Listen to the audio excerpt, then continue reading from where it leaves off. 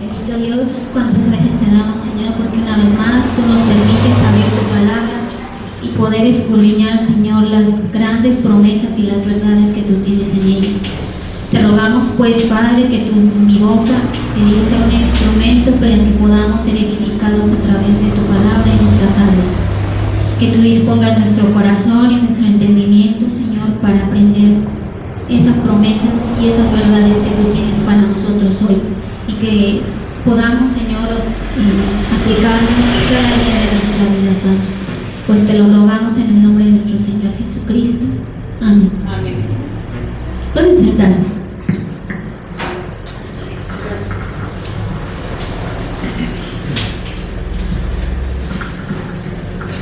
Recuerdan que hemos estado viendo el libro de Génesis. Hace 8 días empezamos a ver de Abraham.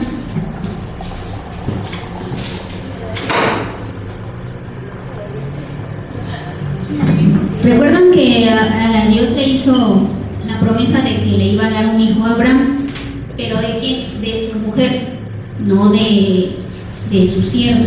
Recuerdan que hace 8 días vimos que Abraham, en un momento de incredulidad, cedió ante la petición de su esposa.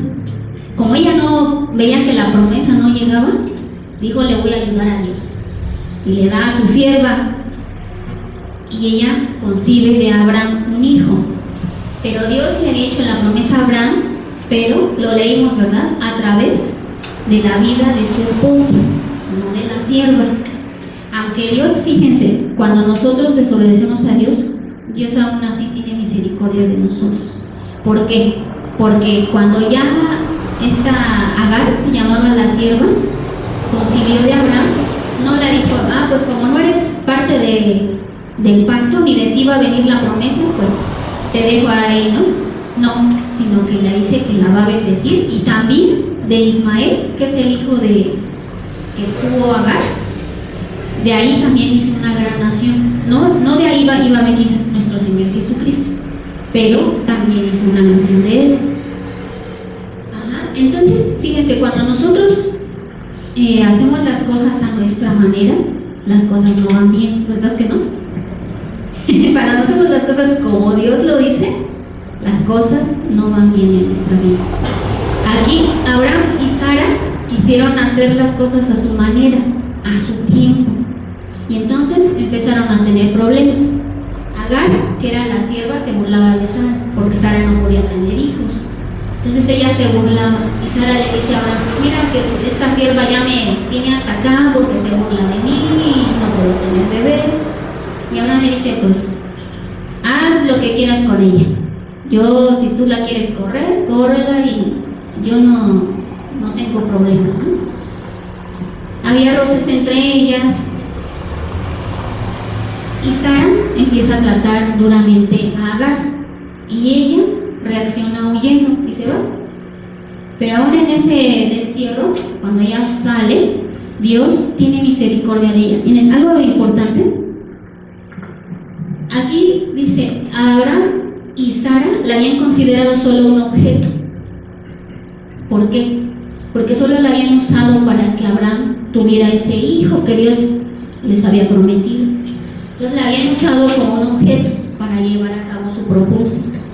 Pero vean la misericordia nuevamente de Dios con Agar.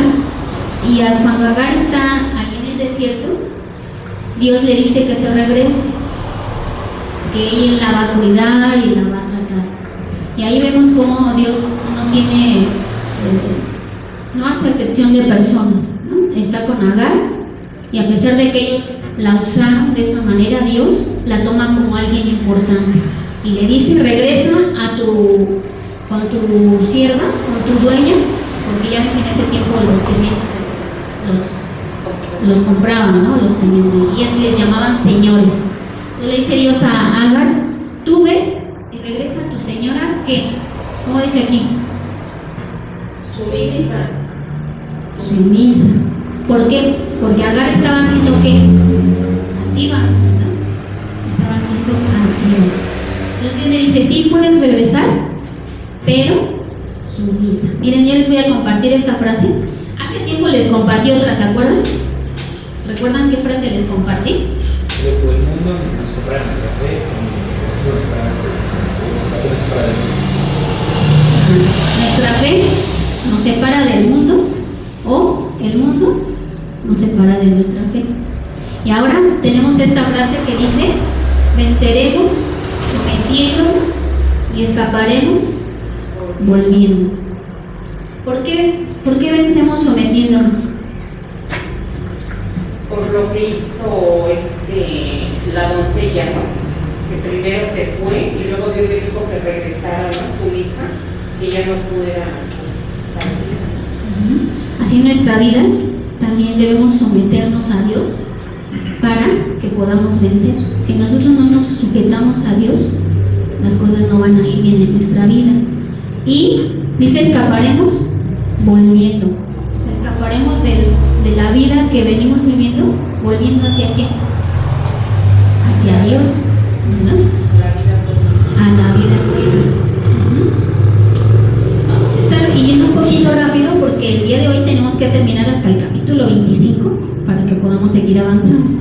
Hasta el capítulo 25 terminamos con la vida de Abraham. Entonces vamos a ir viendo así como que las partes más esenciales de cada uno de los libros. Aquí recuerdan que Dios, lo que leímos, dice que se apareció a Abraham.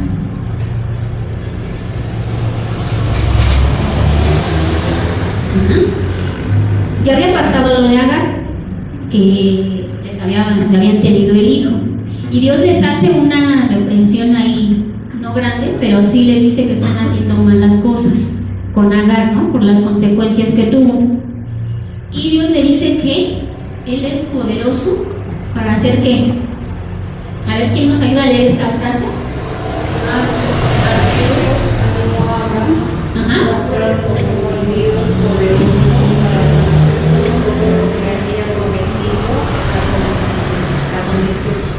Leímos ahorita que Dios hace nuevamente un pacto con Abraham. ¿Recuerdan anteriormente en Génesis con quién hizo un pacto? Los que han tomado la clase. A ver, David, ¿con quién hizo un pacto Dios? Con nada. ¿Quién? Con nada. Ajá, ¿y luego con quién? Vimos hace como 15 días. ¿Con Caín? No, él quiso un arca. Con Noé. Con Noé. ¿Recuerdan que hizo un pacto? Sí. Ajá. ¿Qué pacto? Que le iba a volver a destruir la tierra con Con agua. ¿Cuál era la condición para ese pacto? Ajá. Que obedeciera, ¿verdad? Noé construye el arca.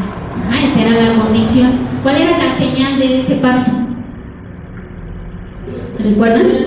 El arco iris, que le recordaba a Noé que Dios ya no iba a destruir la tierra con agua, ¿verdad? Entonces, ese era un pacto y esa era la condición. Aquí vemos nuevamente que Dios hace un pacto con Abraham. ¿Cuál era la condición?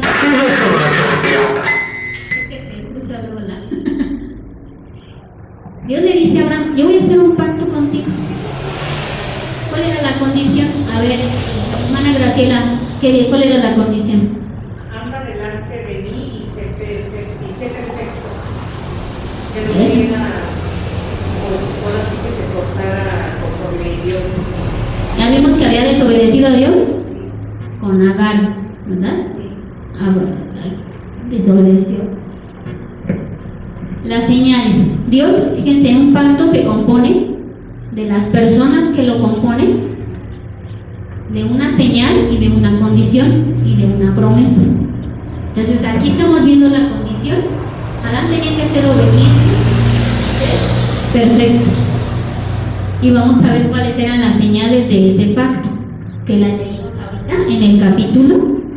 A ver, Pablo, ¿nos puedes leer cuál era esta señal?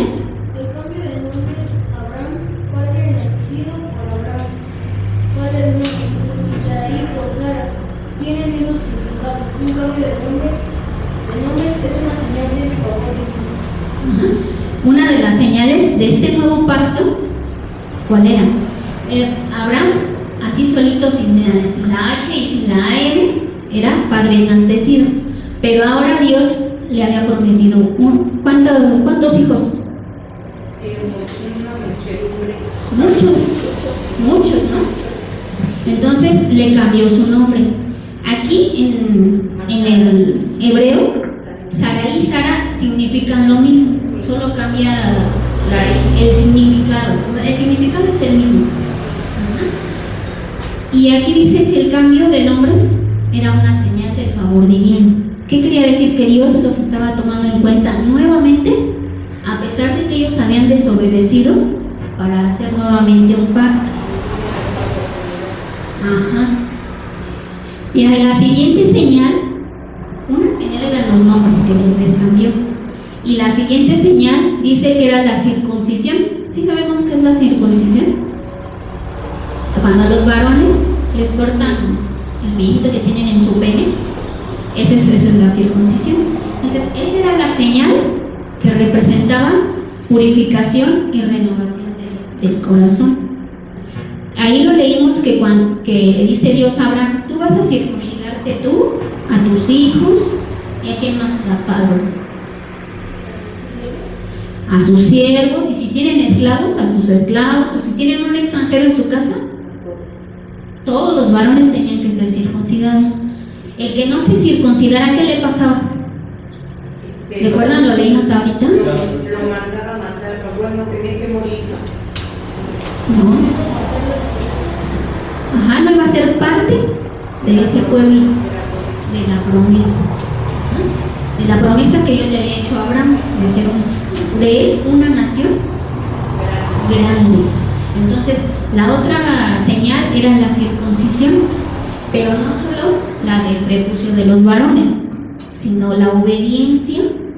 Dice aquí, ¿verdad? No servía de nada si ellos se circuncidaban físicamente, pero su vida no era agradable delante de Dios. Y vamos a buscar estos dos versículos que me parecieron muy importantes. Nuestra hermana Graciela nos busca Romanos 2:25 y David, Deuteronomio 10:16.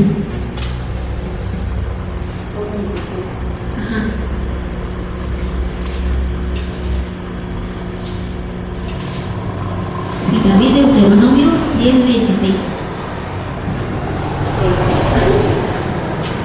Pues en verdad la circuncisión aprovecha si guarda la ley, pero si eres transgresor de la ley, tu circuncisión viene a ser incircuncisión. O sea que si no obedecemos a Dios, ¿de qué nos sirve? De nada, ¿no? A ver qué dice Deuteronomio 10:16. Circuncidad pues el prepucio de vuestro corazón y no endurezcáis más Dice, no solo circuncides tu carne, sino también tu vida, agradable delante de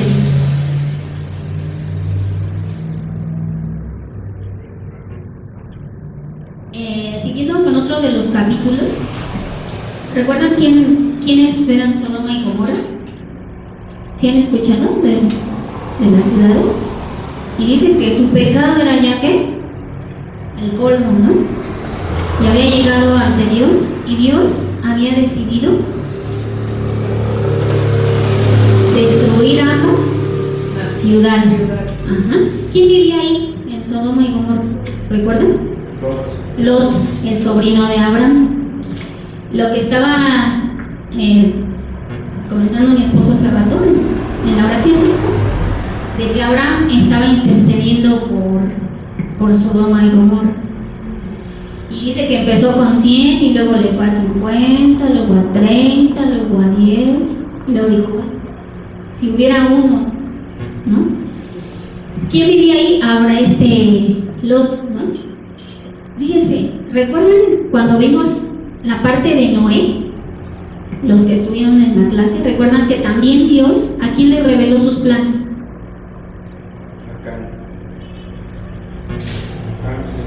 ¿A quién le reveló que iba a destruir la tierra y que tenía que hacer un arca? A Noé. Dios le reveló a Noé lo que iba a hacer. Aquí, nuevamente Dios le revela a Abraham que va a destruir a esas ciudades. Fíjense, ¿por qué le comunicó Dios a Abraham su plan? hay una parte donde nosotros sabemos que Dios le considera a Abraham su amigo, y así se le conoce en el pueblo judío. Aparte del padre de la fe, es el amigo de Dios, por la comunión que Abraham tuvo con Dios. Por eso Dios, y aquí dice, ¿no? Los amigos comparten secretos entre sí, ¿no? Hemos tenido algunos amigos y compartimos, ¿verdad? Cosas que a veces ni nuestros papás saben, ¿verdad? Las compartimos con los amigos. Entonces Dios le reveló a Abraham que lo iba a destruir, y Abraham empezó a interceder por ellos. Fíjense, este libro hemos estado viendo cómo Dios ha obrado en la fe de Abraham. Recuerdan que al inicio de su vida de Abraham, él cayó, ¿no? Y cayó como nosotros en pecado y en desobediencia. Y Dios empezó a trabajar con Abraham y empezó a moldear su carácter a la manera de Dios. Fíjense, algo que encontré en este comentario me gustó, por eso lo comparto con ustedes. Dice: la comunión con Dios había despertado en Abraham un profundo amor hacia su prójimo. Así Abraham intercedió por esa ciudad. Y aquí la palabra dice que él intercedió. Pero vimos que qué pasó con esas ciudades. Finalmente Abraham intercedió, pero ¿qué pasó con ellas? Fue destruido. Las dos, ¿verdad? Las dos ciudades fueron destruidas. Porque, miren, algo bien importante dice que Abraham intercedió por ellos, pero dejó los resultados en las manos de Dios. A veces nosotros intercedemos y queremos que Dios haga nuestra voluntad, ¿verdad? Queremos que Dios haga lo que yo quiero o como yo se lo digo. Y nosotros podemos interceder por las personas, pero no decirle a Dios qué es lo que tiene que hacer. Debemos confiar en que Dios lo mejor que nosotros. Y eso fue lo que hizo Abraham. Y aquí lo dice: aunque Dios no salvó las ciudades, ¿salvó a quién? A Lot y a su familia. A la familia de Abraham, a su sobrino. Ajá. Después llega ya la promesa del cumplimiento de... ¿Recuerdan ustedes o saben cuántos años tenía ya Abraham cuando cumplió Dios su promesa? 99 tenía. Cuando nació Isaac tenía 100 años. Abraham y Sara tenían 90. Estuvo como 15 años de que Dios le prometió el hijo hasta que le cumplió. Y nosotros queremos que hoy le pedimos y mañana mañana Dios nos cumpla. Fíjense, Dios trabaja en nosotros como trabajó en Abraham al tiempo, trabajando nuestra fe y nuestra convicción y nuestra comunión con Dios. Entonces Dios llegó el tiempo en que cumplió la promesa. Dijimos que Agar tuvo un hijo de Abraham, y ese hijo era Ismael. Cuando Isaac nace, Ismael ya tenía como 16 años más o menos, 15, 16 años. Entonces, otra de las consecuencias de no obedecer a Dios, aquí nuevamente, Ismael empieza a burlarse de Isaac. La envidia que tenía por un niño más pequeño, la atención de era el hijo de Sara, el hijo de la promesa. Y entonces esto vuelve a ser otra de las consecuencias de no hacer las cosas como Dios se lo dijo. Y entonces empiezan a tener roces nuevamente, y Sara le pide a Abraham que los corra. Agar e Ismael le dice pues que se vayan a otro lado, ¿no? Porque están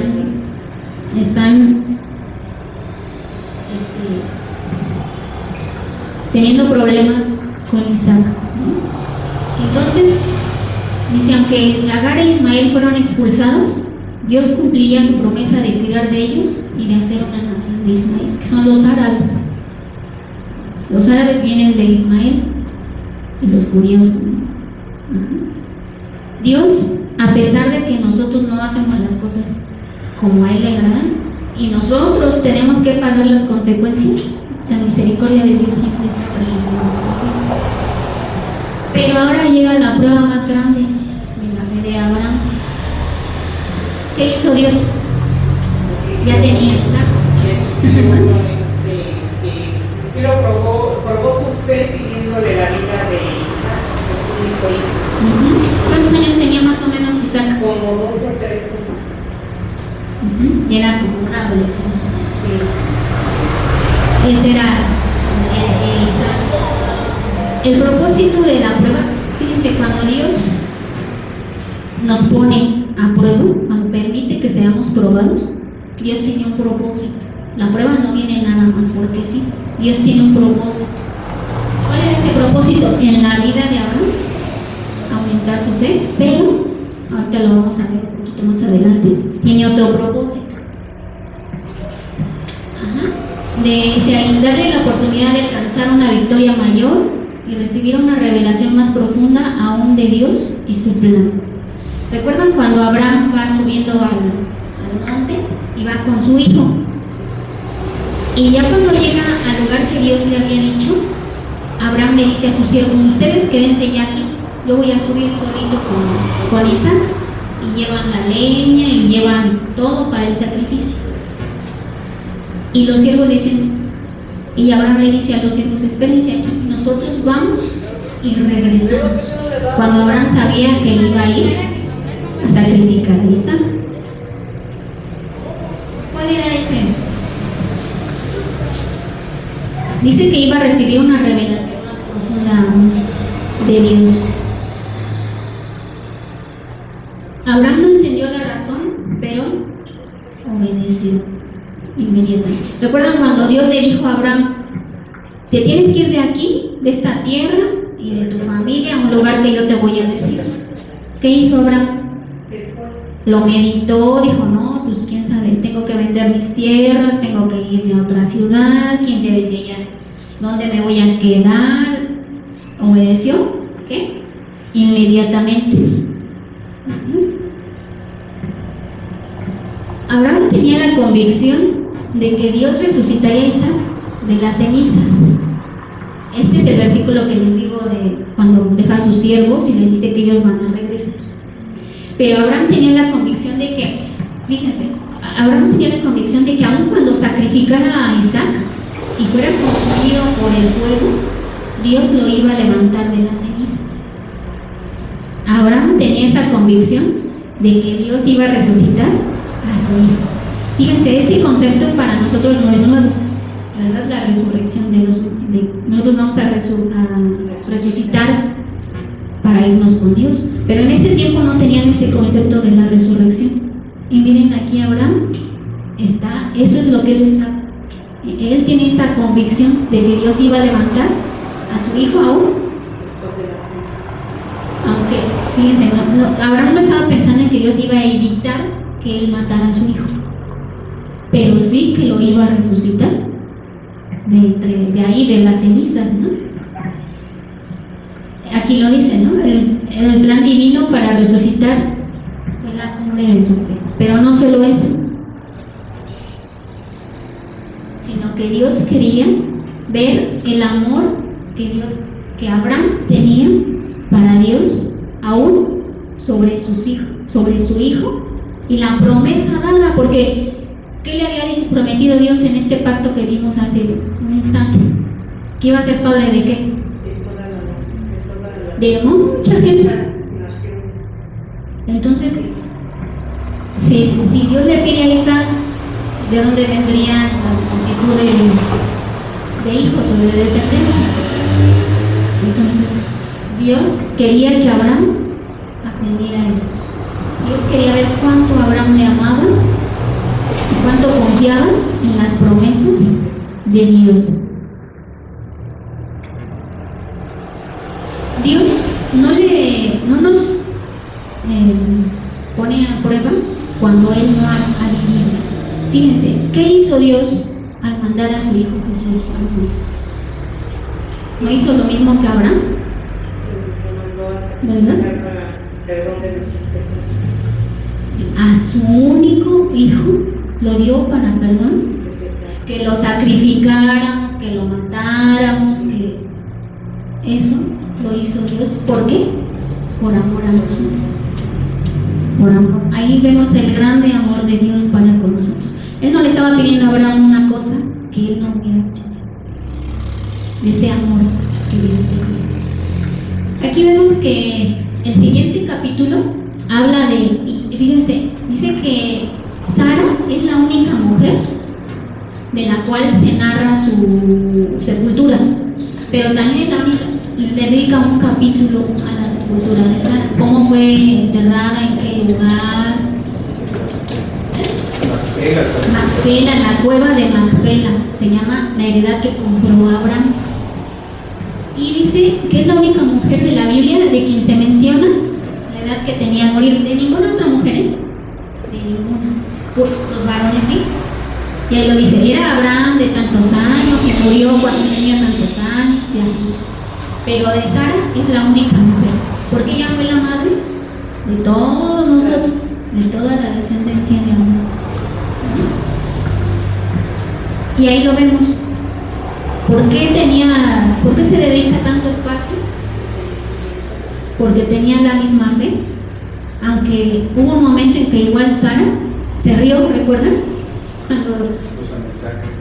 Ajá, por eso se llama Isaac, ¿verdad? Que quiere decir risa. Cuando Abraham compró la cueva, porque ya ven que antes era así que enterraban a los muertos en cuevas. Entonces Abraham compró esa cueva en la tierra de Canaán. ¿Por qué Canaán? Porque Dios le había prometido en este pacto que vimos, de la circuncisión, que le iba a dar una tierra. ¿Cuál era esa tierra? Canaán. Entonces Abraham dijo, Dios me prometió que esta tierra iba a ser de mi descendencia y aquí voy a comprar para que ahí entierren a mi esposa. Y ahí compran la cueva para Sara. Después Sara muere y termina ese capítulo, y entonces empieza ahora cuando Isaac crece. Ya ven que en aquel tiempo, o en nuestra cultura también, no sé si Elvira nos podía decir, no porque seas muy grande, porque a lo mejor tus papás te cuentan, ¿no? Porque antes los papás les arreglaban el matrimonio de los hijos, ¿no? Ellos entre familias pactaban, tu hijo me gusta para mi hija, o a Pablo ya le tenemos su pareja. Ajá, a veces hasta desde cuando ya estaba la mamá, ¿no? Decían, me apartas a tu hija para mi hijo, para mi hija. Eso no les agrada mucho en el día de hoy, ¿verdad? No les agrada. Pero igual, en ese tiempo, esa era la cultura. Los papás tenían que buscar a la esposa de los hijos. Fíjense, algo curioso, y lo leí en un libro de matrimonios, y dice que curiosamente los papás o los matrimonios que fueron arreglados por los padres tienen menos divorcios que cuando las personas eligen a su pareja. Es muy chistoso, ¿no? Pero así era. Y dice que los matrimonios que los papás los elegían duraban más tiempo y no se divorciaban, porque tenían la convicción de que era su pareja, su esposo, hasta que la muerte los separara, ¿no?